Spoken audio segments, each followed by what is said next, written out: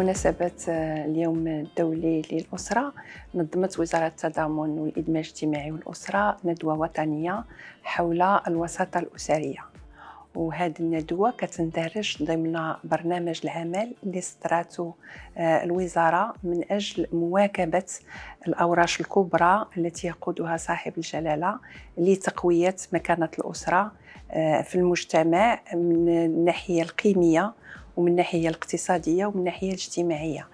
كنهيئوا أول استراتيجية وطنية للأسرة اللي غادي يكون فيها تدخلات ديال مختلف القطاعات الحكومية والفاعلين اللي عندهم يعني علاقة مباشرة أو غير مباشرة بقضايا الأسرة، علما بأن مسألة الأسرة كتهم الجميع، وخاصة وأننا في واحد المجتمع اللي كيعطيها أهمية كبرى، لأن كان مقتنعين بأن المسألة ديال الوساطة كيمكن لا تجعلنا نتفاداو عدد من المشاكل من أجل تقوية الأسرة وحماية حقوق مختلف المكونات ديالها والطفولة بشكل خاص.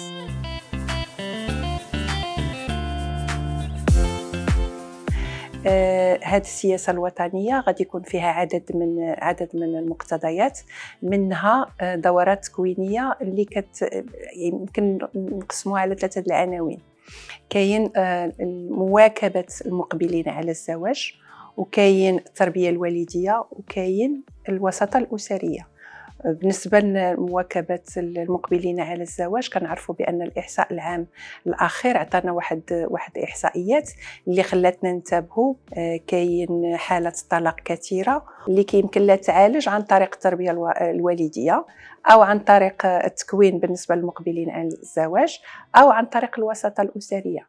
اللي ميز هذه الندوة هذا اليوم هو أنه كان فيها حاضر السيد وزير الأوقاف والشؤون الإسلامية، وكنعرفوا الأهمية ديال انخراط القطاع، خاصة ارتباط المغاربة بالدين الإسلامي، وكذلك يعني التوجه العام اللي كاين هو أنه احنا في واحد المجتمع إسلامي ولكن هو منفتح على العالم، وعندنا آليات اللي خاصنا نستعملوها من أجل تقوية مؤسسة الزواج ومن أجل تقوية القيم داخل الأسرة كالمساواة، كتكافؤ الفرص، المصلحة الفضلى للطفل.